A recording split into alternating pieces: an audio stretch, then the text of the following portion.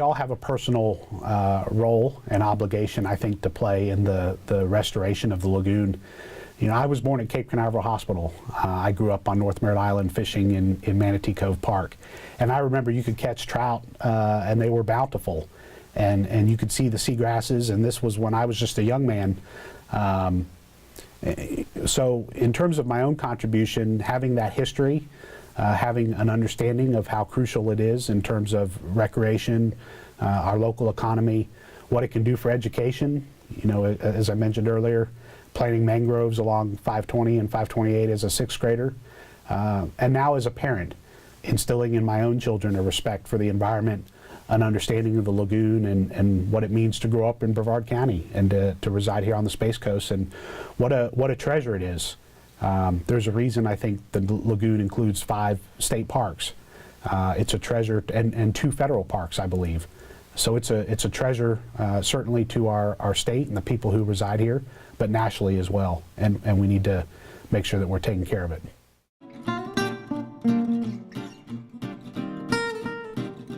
Protecting water quality for Floridians is not something that I think we're going to be able to address overnight. One of the things that Congressman Posey said that I hear repeated from time to time is we've got to stop putting bad stuff in the ground and on the ground and in the lagoon.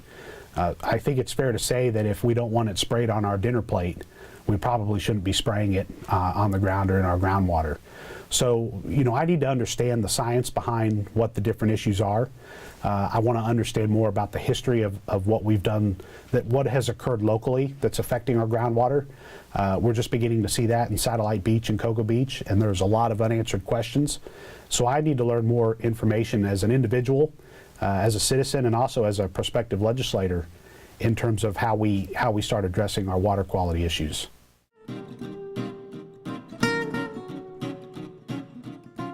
Lagoon-related bills that I would look to sponsor, I think number one is the Florida Land Acquisition Trust Fund dollars, and doing what I can as an individual legislator to refocus those dollars on our priority here in the Indian River. The other thing that I want to do is provide more resources to Brevard Public Schools, because I think that there's an important role for our school district and our school children to play in terms of the cultural change that it's going to take to help with the lagoon. And that's as easy as building oyster beds, which I think we can certainly do more of and we can all participate in as a community.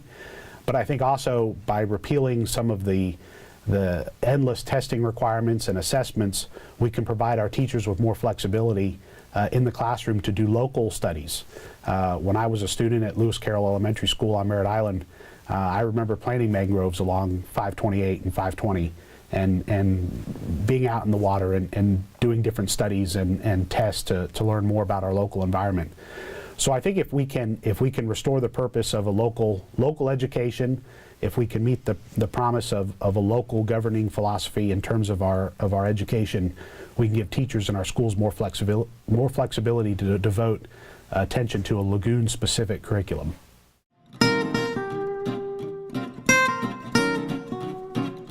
In terms of my top priorities, number one is to bring vocational and technical training back into our public schools.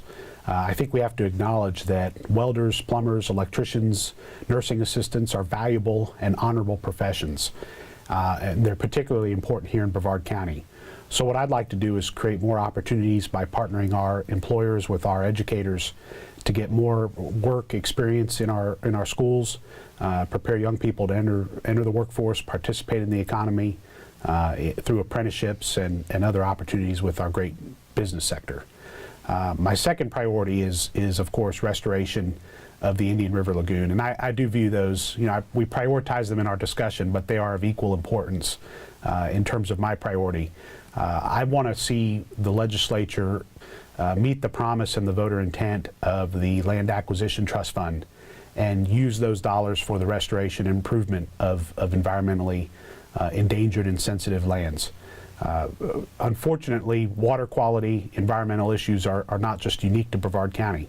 They are issues that confront all Floridians. So part of my responsibility as a legislator is going to Tallahassee, collaborating with my colleagues, getting them to understand the unique nature of the lagoon issues here in Brevard, and hopefully bring some attention and resources to the table.